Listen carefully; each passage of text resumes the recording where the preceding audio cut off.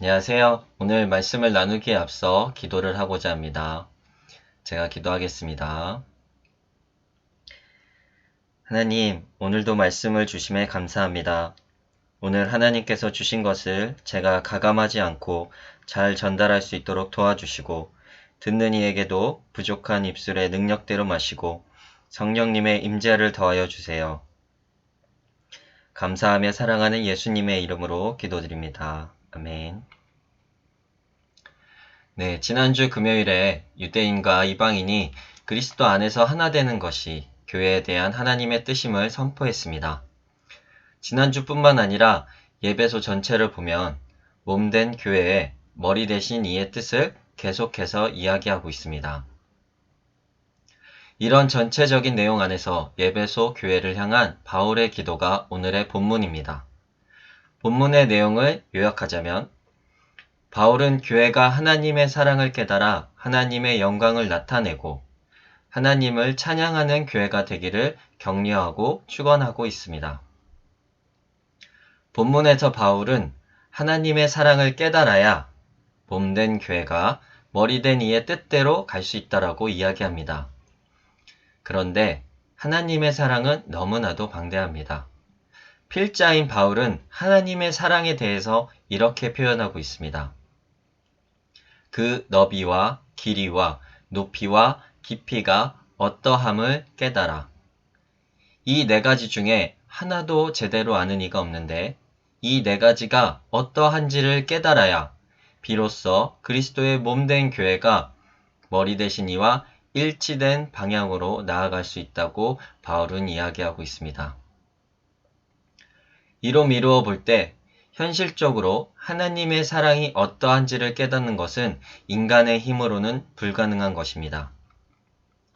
바울도 이 사실을 알고 있었고 그렇기 때문에 바울은 지금 에베소 교회를 위해 기도를 하고 있는 것입니다.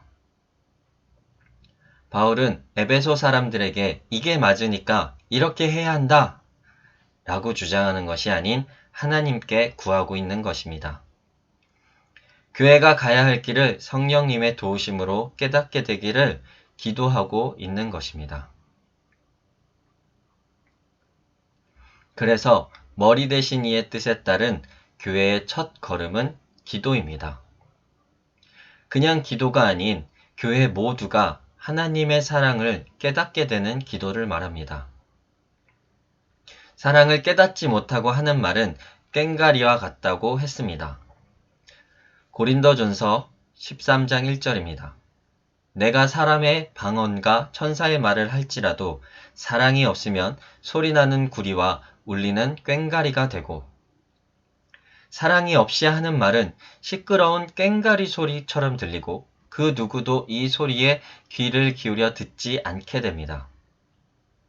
아무리 좋은 메시지나 의도가 있다고 해도 그 의미는 전달되지 않을 뿐더러 듣는 이의 귀만 괴롭히는 꼴이 되고 말 것입니다. 또 3절에는 이런 말씀이 있습니다. 고린도전서 13장 3절 내가 내게 있는 모든 것으로 구제하고 또 내 몸을 불사르게 내줄지라도 사랑이 없으면 내게 아무 유익이 없느니라. 사랑이 없으면 모든 것을 주고 생명을 바쳐도 아무런 유익이 없다는 말씀은 참으로 무섭기까지 합니다. 이태껏 많은 헌신과 봉사를 했던 분이라면 더더욱 이 말씀이 무겁게 다가오지 않을까 합니다. 지난 날을 무겁게 되돌아보게 하는 말씀이 아닐 수 없습니다. 정리를 하자면 기도가 없으면 사랑도 없고 사랑이 없으면 어떠한 발전도 유익도 없습니다. 머리 대신 이의 뜻에 따른 교회의 두 걸음은 형제에 대한 판단을 중지하라입니다. 당시의 이방인에 대한 유대인들의 부정적인 인식은 하나됨의 걸림돌이 되었습니다.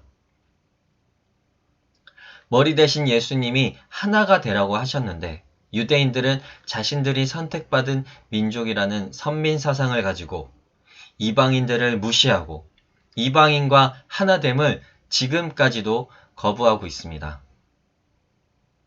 로마서에 보면 형제를 판단하는 자에 대한 하나님의 말씀이 있습니다. 그러므로 남을 판단하는 사람아, 누구를 막론하고 내가 핑계하지 못할 것은 남을 판단하는 것으로 내가 너를 정죄함이니 판단하는 내가 같은 일을 행함이니라. 이런 일을 행하는 자에게 하나님의 심판이 진리대로 되는 줄 우리가 아노라. 이런 일을 행하는 자를 판단하고도 같은 일을 행하는 사람아, 내가 하나님의 심판을 피할 줄로 생각하느냐. 또 로마서 14장 1절에서 10절까지입니다. 말씀을 제가 읽어드릴 텐데 묵상하시길 바랍니다. 믿음이 연약한 자를 너희가 받되 그의 의견을 비판하지 말라. 어떤 사람은 모든 것을 먹을 만한 믿음이 있고 믿음이 연약한 자는 채소만 먹느니라.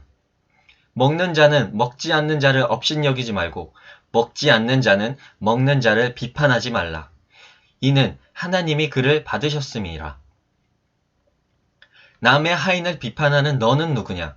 그가 서 있는 것이나 넘어지는 것이 자기 주인에게 있음에 그가 세움을 받으리니 이는 그를 세우시는 권능이 주께 있음이니라. 어떤 사람은 이 날을 전날보다 낮게 여기고 어떤 사람은 모든 날을 같게 여기나니 각각 자기의 마음으로 확정할지니라. 나를 중히 여기는 자도 주를 위하여 중히 여기고 먹는 자도 주를 위하여 먹으니 이는 하나님께 감사하며 먹지 않는 자도 주를 위하여 먹지 아니하며 하나님께 감사하느니라. 우리 중에 누구든지 자기를 위하여 사는 자가 없고 자기를 위하여 죽는 자도 없도다. 우리가 살아도 주를 위하여 살고 죽어도 주를 위해서 죽나니 그러므로 사나 죽으나 우리가 주의 것이로다. 이를 위하여 그리스도께서 죽었다가 다시 살아나셨으니 곧 죽은 자와 산 자의 주가 되려 하심이라. 내가 어찌하여 내 형제를 비판하느냐? 어찌하여 내 형제를 업신여 여기느냐? 우리가 다 하나님의 심판대 앞에 서리라.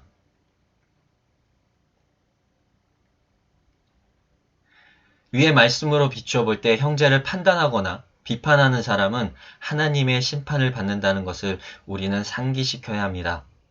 형제 자매를 함부로 시위 판단하고 비판하는 것이 결코 작은 죄가 아님을 마음에 새기셔야 합니다.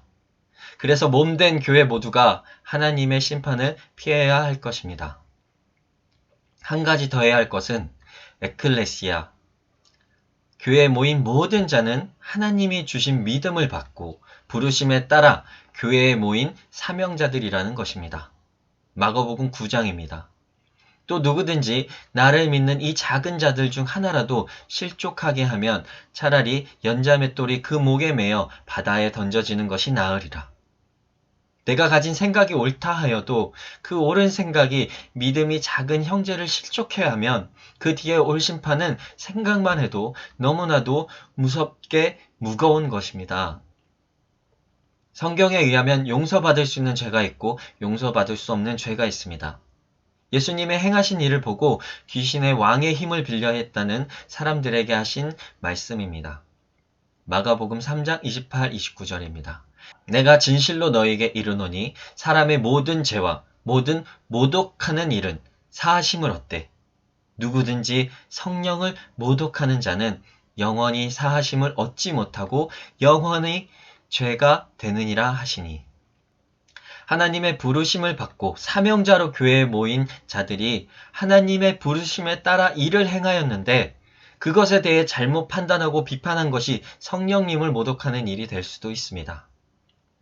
교회 안에 모인 직분과 남녀노소에 상관없이 형제자매를 생각하고 말할 때에는 심사숙고하고 판단되어지고 말을 전해야 할 때는 더더욱 신중한 자세를 가져야 합니다. 머리 대신 이의 뜻에 따른 교회의 새 걸음은 오해와 외로움을 수용하라입니다. 하나님의 사랑을 생각할 때 우리에게 가장 쉬이 생각나는 건 아마도 예수님일 것입니다.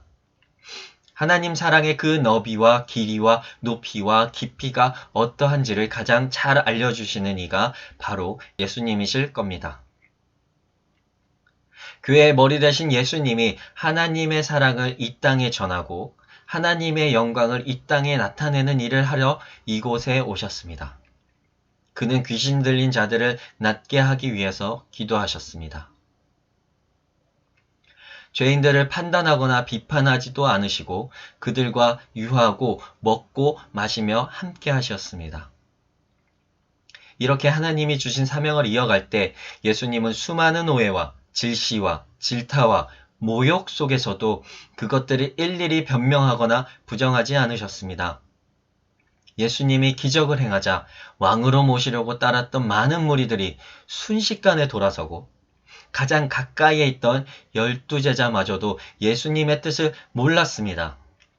예수님은 그 수많은 오해와 모욕과 가장 가까운 자도 자신을 몰라주는 그 외로움 속에서 예수님은 잠잠히 자신의 사명을 다 이루셨습니다.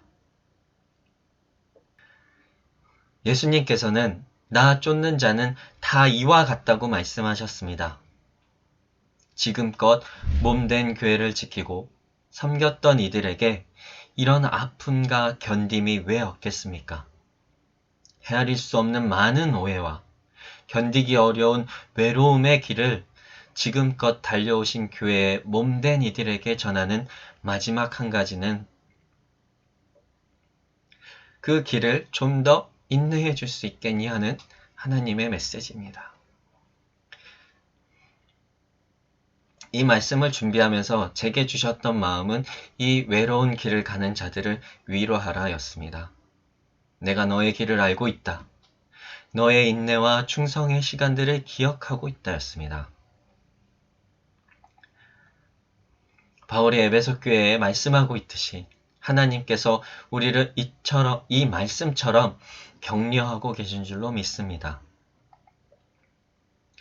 너희가 사랑 가운데 뿌리가 박히고 터가 굳어져서 능히 모든 성도와 함께 지식에 넘치는 그리스도의 사랑을 알고 그 너비와 길이와 높이와 깊이가 어떠함을 깨달아 하나님의 모든 충만하신 것으로 너에게 충만하게 하시기를 구하노라. 우리 가운데서 역사하시는 능력대로 우리가 구하거나 생각하는 모든 것에 더 넘치도록 능히 하실 이에게 교회 안에서와 그리스도 예수 안에서 영광이 대대로 영원 무궁하기를 원하노라. 아멘. 예수님이 하늘로 올라가시고 재림의 때를 기다리는 지금은 아무도 알아주지 않고 억울해도 당하기만 하는 몸된 교회들은 판단도 정죄도 비판도 못하지만 오해와 불신 속에서도 묵묵히 기도로 그 너비와 길이와 높이와 깊이가 있는 사랑을 깨달아가며 충만하게 주시는 그 은혜와 넘치도록 주시는 그 능력으로 오늘도 그 외로운 사명의 길을 다 이루시길 격려하고 응원합니다. 감사하고 사랑합니다.